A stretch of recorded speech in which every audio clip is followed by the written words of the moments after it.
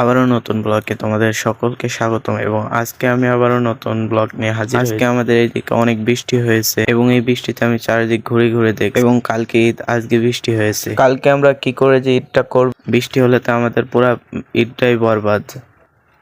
বরবাদ মানেই তো শেষ, একেবারেই কত আশা নিয়ে আমরা ঈদ করার জন্য বের হব, মনে হয় না আমাদের সেই ঈদটা পূরণ হবে।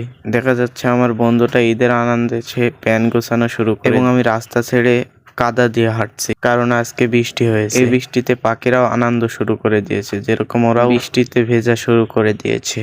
আমরা যেরকম বৃষ্টি ছাড়া ঘুরে বেড়াচ্ছি, ওরা বৃষ্টিতে ভিজে এরকম ঘুরে। এবং দেখুন কি সুন্দর থাবা গেন্দা ফুটে। থাবা গেন্দা ফুল দেখতে অনেকটা সুন্দর লাগে। এই যে কি সুন্দর একটি ফুল, এই ফুলটি দেখে তোমাদের কাছে কিরকম লেগেছে অবশ্যই কমেন্টে জানাও। এবং দেখুন আমাদের এলাকার রাস্তাগুলো কিরকম হয়ে গিয়েছে, একেবারে পুরো এলাকায় কাদা হয়ে গিয়েছে। এই জন্য আমরা হাঁটতেও পাচ্ছি না ঠিক। কাদা তো একেবারে আমার পাটা পুরাটা লোড হয়ে গিয়েছে, কারণ তোমাদেরকে আমি ভিডিও করে দেখো কি সুন্দর পানির স্রোত যাচ্ছে।